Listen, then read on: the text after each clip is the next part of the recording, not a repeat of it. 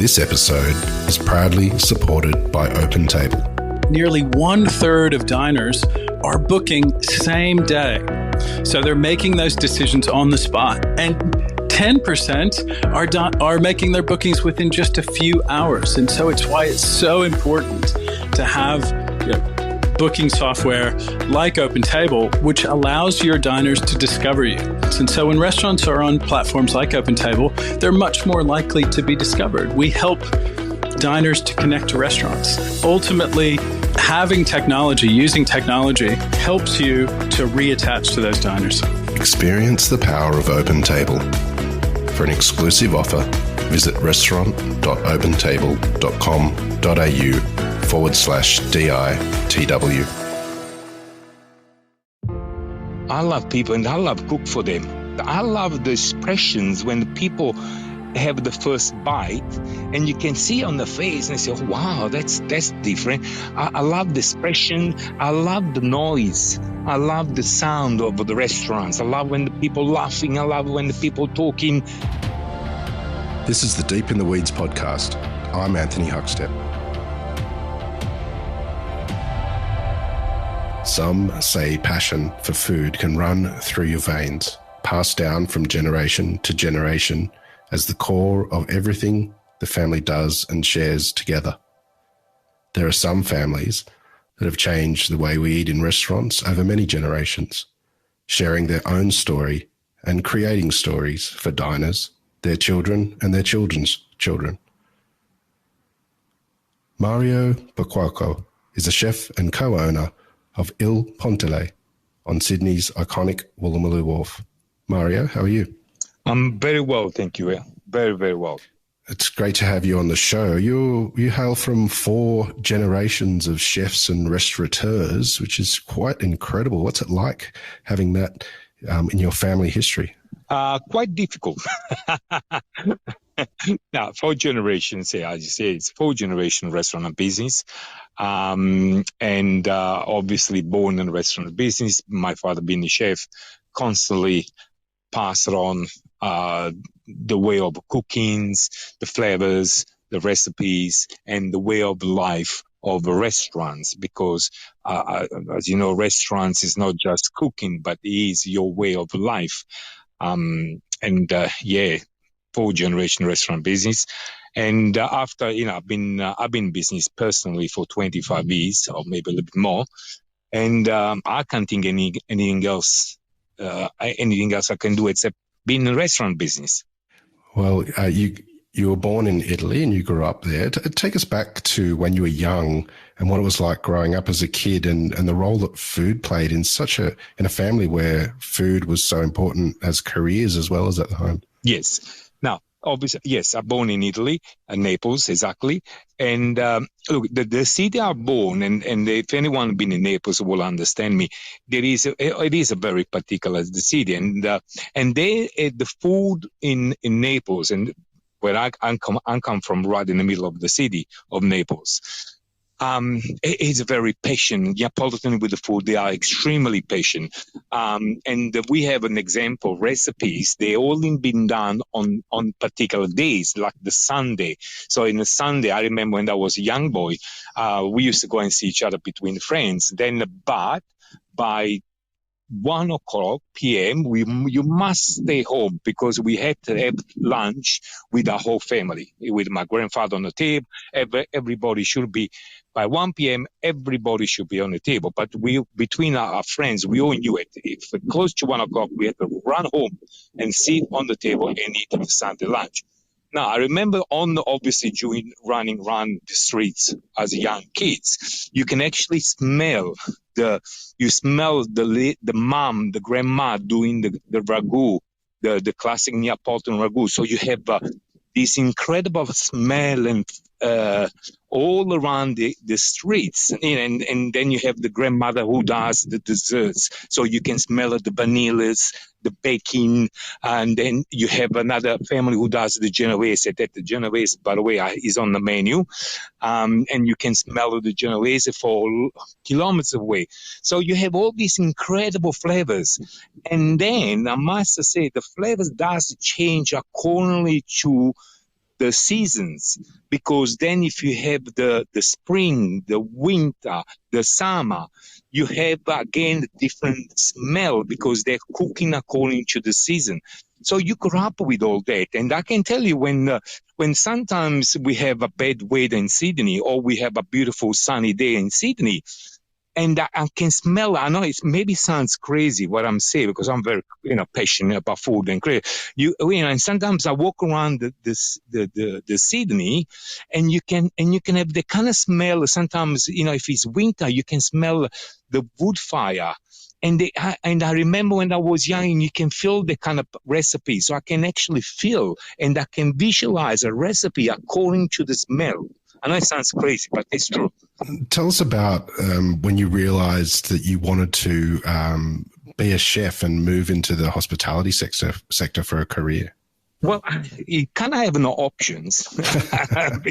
Well, let's put it this way. I could not become a lawyer, even if I would be dreaming to become a lawyer, because being a fourth-generation restaurant business, my father obviously a chef, I kind of not push it, but it was an automatically, easy to get in. Being a chef, and obviously wasn't always. I must say, look, I had to say because of my surname, because I'm Armando's son. It was in one way was I don't know it will make sense what I'm saying. In one way it was easy, but in the other way it was even much more difficult if you are nobody's son. What I can explain that? Because I was Armando's son, obviously every single door in this, in the world opens because, my father, everybody knows my father.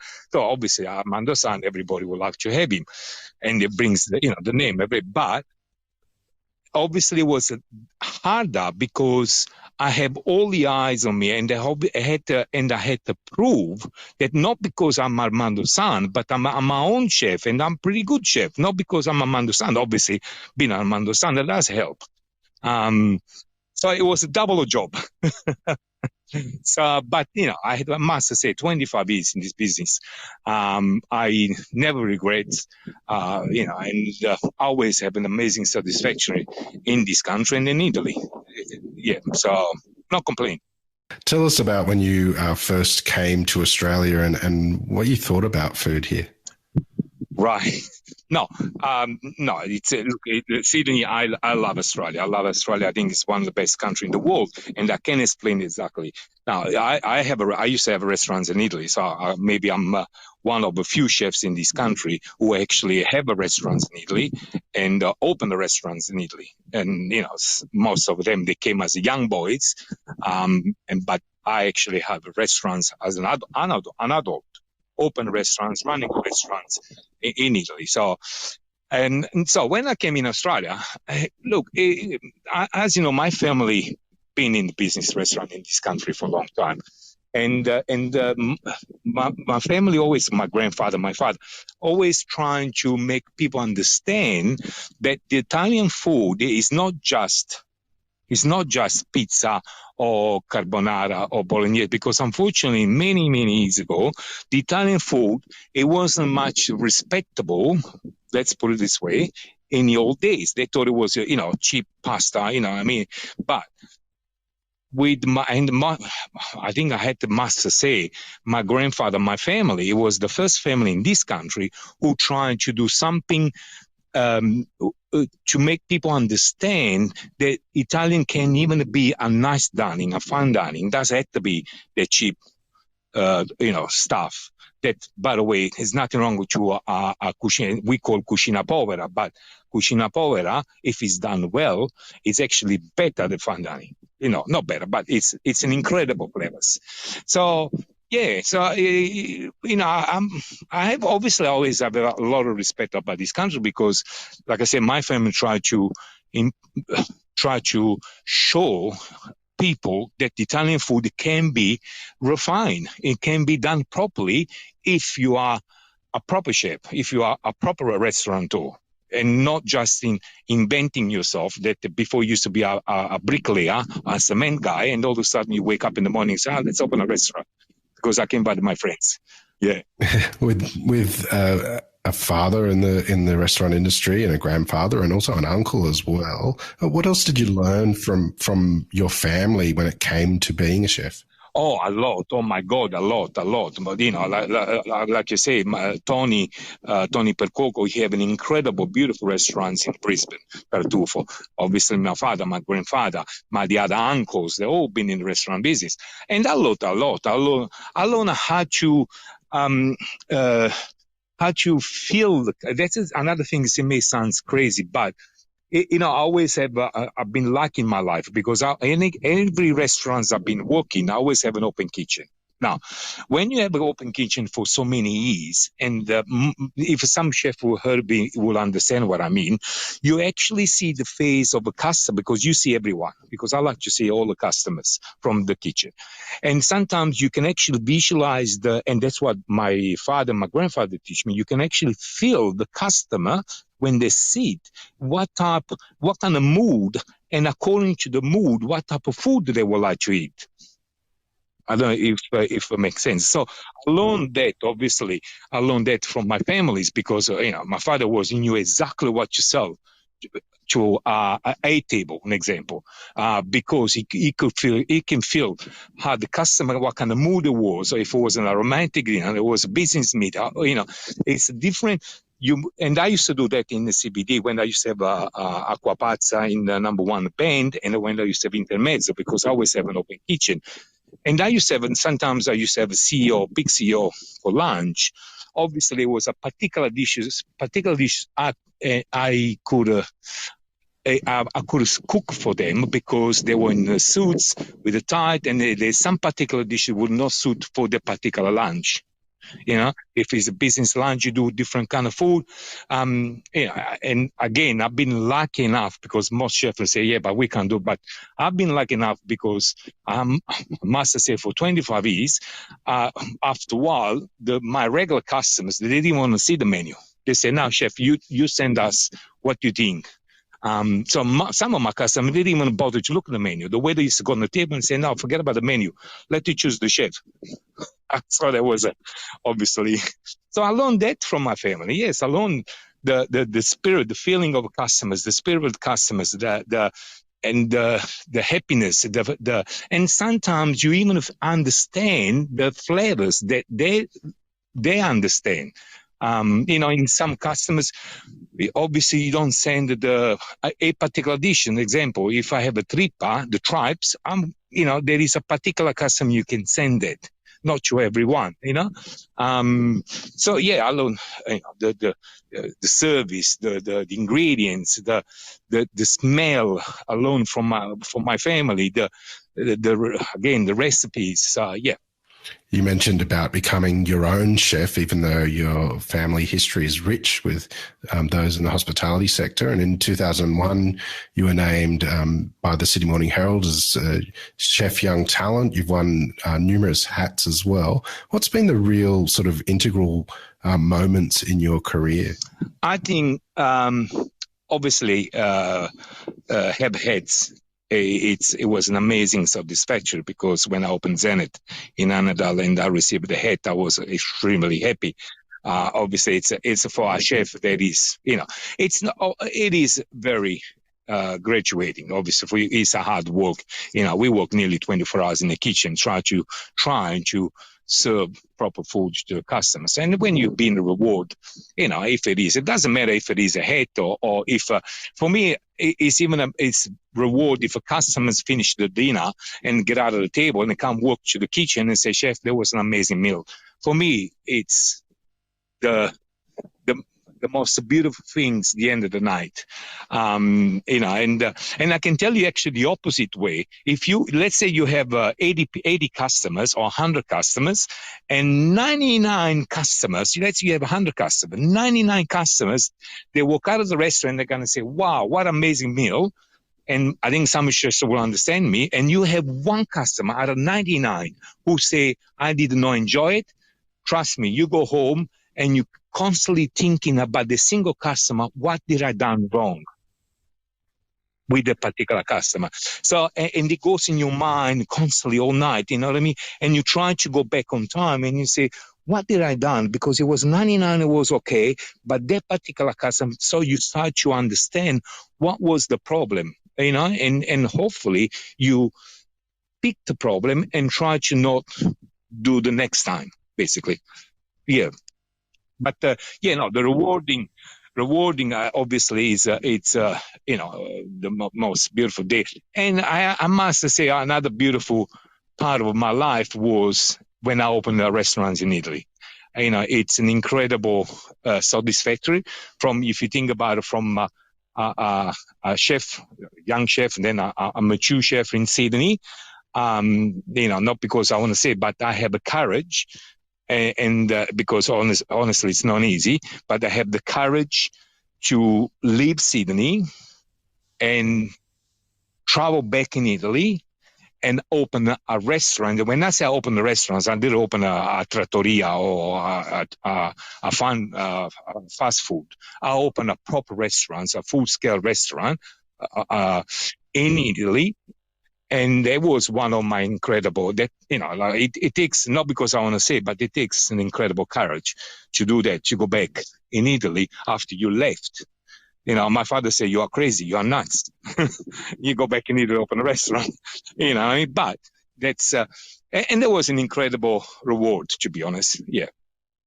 In Sydney, before you left, you were known for Xenothon Booth and Intermezzo, GPO, many restaurants. But take us to that time when you did go back to Italy in 2015 to create that restaurant. What sort of restaurant was it, and what sort of people came through? Yes, it was like I say, it wasn't like a cheap restaurant or a trattoria. It was a fine dining restaurant. I opened an incredible looking restaurant. It used to be. Imagine it was a 1500. He was built, this particular building where I opened a restaurant. It was built in the 1500. There was an incredible structure. You can see on internet, actually, on Google. And there was some section of the restaurant. I wasn't allowed, because open restaurants, obviously, at the meeting with the architect, with the council, and because it was an old building, so it was protecting by the council, because you could not obviously do a lot of things you want to do it, because it's protected by the history. And imagine there was some part of the wall that it was built in the 1500, and we were not allowed to touch it, not even to fix it. It had to be like the Colosseum. You're not allowed to touch it. You're not allowed to really fix it. So it was this part of the wall. I remember with my architect, we weren't allowed to touch it. It was extremely clear by the council. You say, guys, you're not touch it. You can put maybe some lighting in it, but you're not allowed to touch it. So we went around, best shops in Italy for lighting, to find beautiful lighting, who let's say, it was splashed on this particular wall, and it looked like, honestly, it looked like a Colosseum. It looks beautiful. And so that was, there was the building where I opened the restaurant. So it was a giant, it was a beautiful building. And customers are, because I was 20 minutes from the south, from Lecce, obviously what I did try is to not just concentrate on the local, but to have an international customers, because Puglia is very famous now. And we have people around the world. So it's obviously summer, it was much more busy. Winter, because summer, you have the world. What does it mean? You virtually have the world come and see you. Well, then I was in a few reviews, restaurant guy in Italy. So, and a few concierge 5-star hotel. They knew I opened the restaurants, and they knew my background. So they used to send beautiful clientele from the 5-star hotel to the restaurants. Different, obviously, than in Puglia, because you had to send the private car who drive to the restaurants. They had to wait for dinner, and then they pick it up and they bring it back to the hotel. So I have the world. I remember in summer I have Americans, Germans, Spanish, Asian from Hong Kong, from Shanghai. I have you may not believe, but I have many Australians and some from Sydney. Incredible. I have a Sydney, Australian from Sydney, came all the way down Puya to eat to my restaurants in Puya. And by the way, the ones that came in Puya, they are today still my customers. And anytime they come and see me, they say, remember we were in your restaurants in Italy? Yes, of course I remember. And it's incredible. And then obviously you have the celebrity. I have the politicians from the Italian government. I have a celebrity from Hollywood. I have Kate Winslet, an example, came from Dina. Kate Winslet from Hollywood and Oscar. So I have many names. No point to say the names now, but that's some of the people, like the politicians and blah blah blah.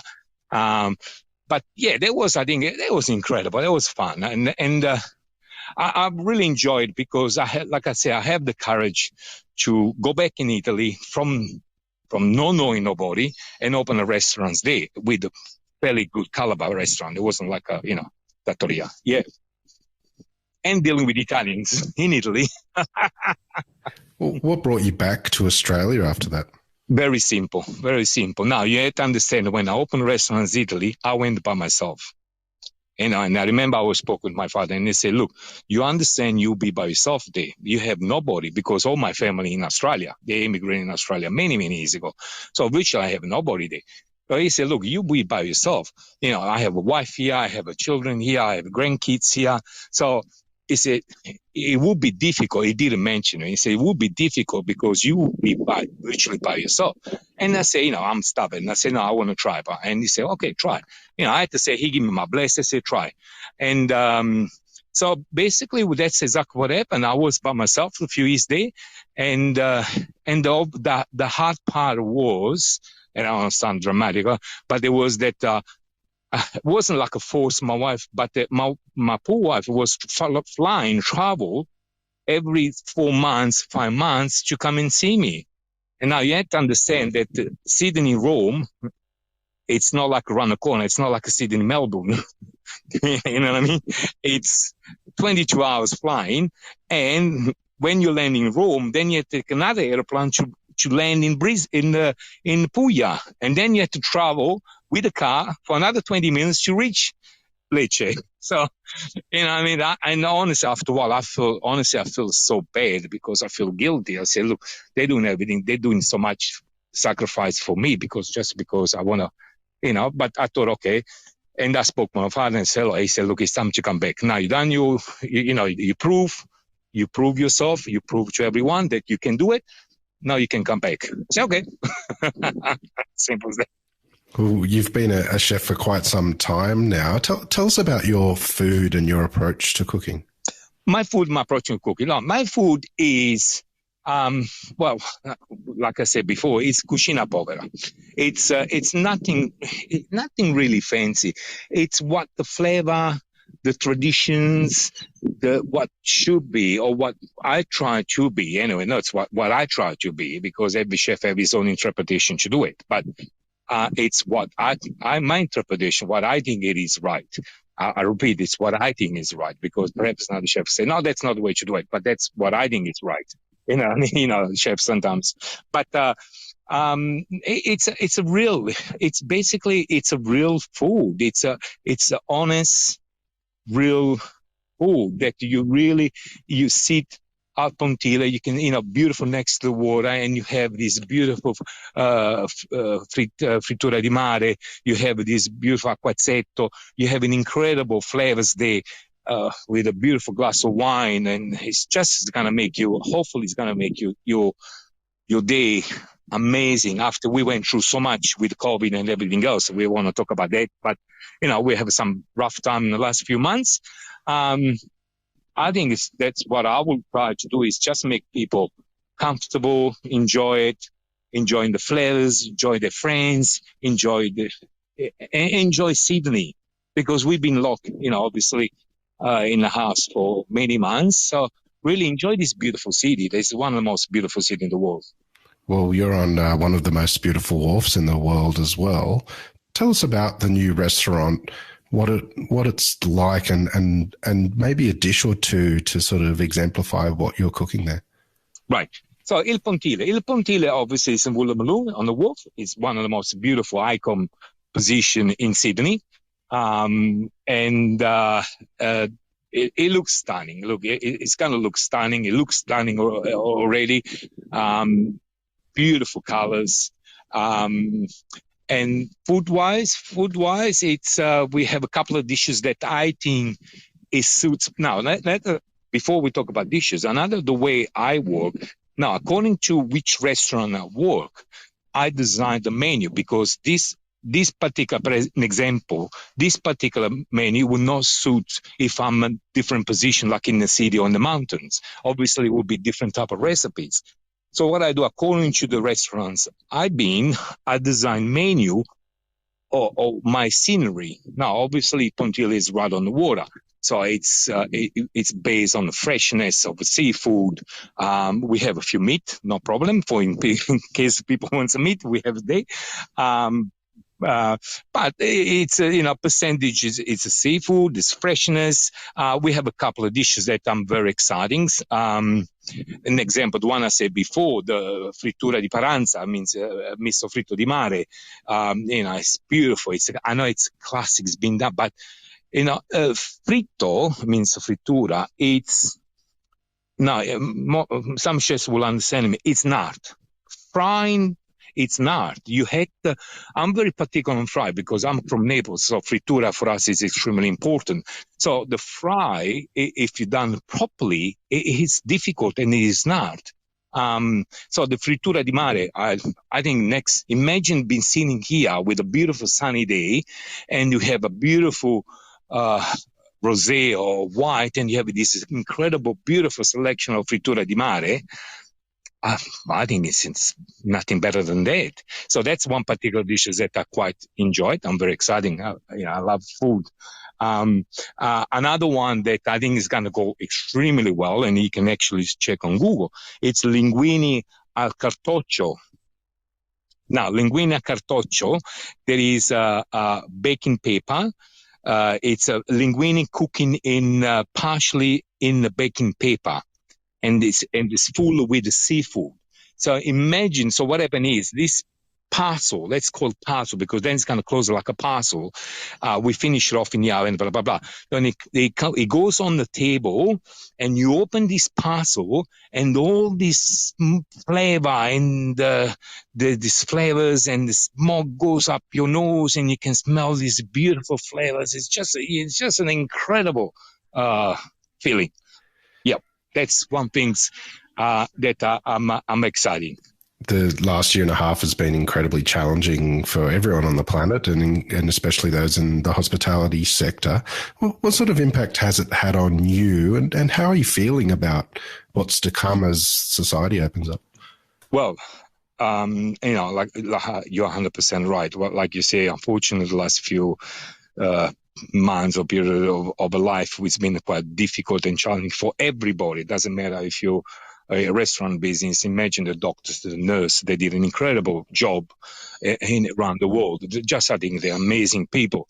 Obviously, hospitality, we pay a lot of price because we had to shut down. I remember I was working in restaurants and Mangiassi, different restaurants. And I remember when the Prime Minister came on TV and they say, well, from tomorrow we have to shut the door, put the chairs on the table, and we don't know where we're going to open.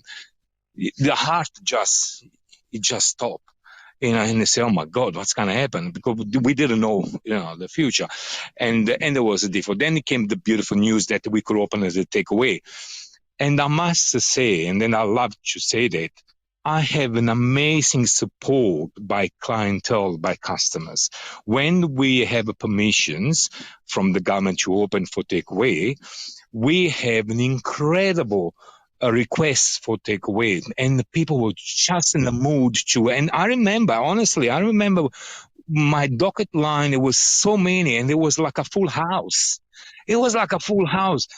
We were so grateful, and thank you very much, because we would never expect it, but we have an incredible clientele support for everywhere. Obviously, they could come, but and really, I had to say, I really enjoyed when we start doing the takeaway, because and there was just beautiful. You could feel the spirits of customer really trying to help the business, trying to help the restaurants to stay alive, because it wasn't easier, but now we had to pay everything else. So to stay alive, and people understand, my God, restaurant is so important, a way of life. Restaurants is a way of life. We human beings, we want to be, sit in restaurants with other people, the noise of people talking, the happiness of people laughing. It's just a way of life. So when everything stopped, it was just but like I said, we were not the only one. Imagine, the retail, the shops, everyone, and the beautiful first response people that were just around the world that did an incredible job. Imagine them when they went through. Yeah. How are you feeling about opening up again and moving forward? Exciting. Extremely exciting. Very exciting. I think it's like I don't want to sound too dramatic, but it's like after a big storm or big, major things happen in the world. It did happen, major things in the world, but it's an excitement in the street. It's an excitement by the people. It's that you finally have the freedom to go back on your normality of life, and it makes you exciting, because you're gonna open, and you're gonna open stronger. And I believe that Australia is going to be even stronger than before after this happened. I know we went from tough time. Let's move on. Let's the past. But very exciting, extremely exciting. I can't wait. Full energy. Imagine 4 months without doing anything. You've got an amazing, rich history in your family. What is it that you love about what you do? I love people. And I love cook for them. I love, it sounds crazy. Again, it sounds crazy. I love the expressions when people have the first bite, and you can see on the face, and they say, oh, wow, that's different. I love the expression. I love the noise. I love the sound of the restaurants. I love when the people laughing. I love when the people talking. The buzz. It's like adrenaline. The buzz of the restaurants. The people running. The waiters look after customers. The chatting. It's just. It makes your day so exciting. And the most important, you don't know what happened the next second in the rest, because it's just exciting. Restaurant business is just exciting. I think, I'm sure there is different businesses as exciting, but that's the only things I've done. So for me, I love people, to be honest. That's what makes it exciting. Cooking for people. And that all sounds like, oh my God, you're not big. And then you say, no. I really love cooking for people. I love people eating. I love people eating. And I'm generally telling the truth. I'm not safe for any reasons. Yeah. Your father, Armando's influence is incredible on our culinary landscape, and he's also known as quite a fussy eater. What do you think he'll think of the restaurant you're about to open? He's extremely exciting. I try to talk as much as possible and explain and constantly keep him updated.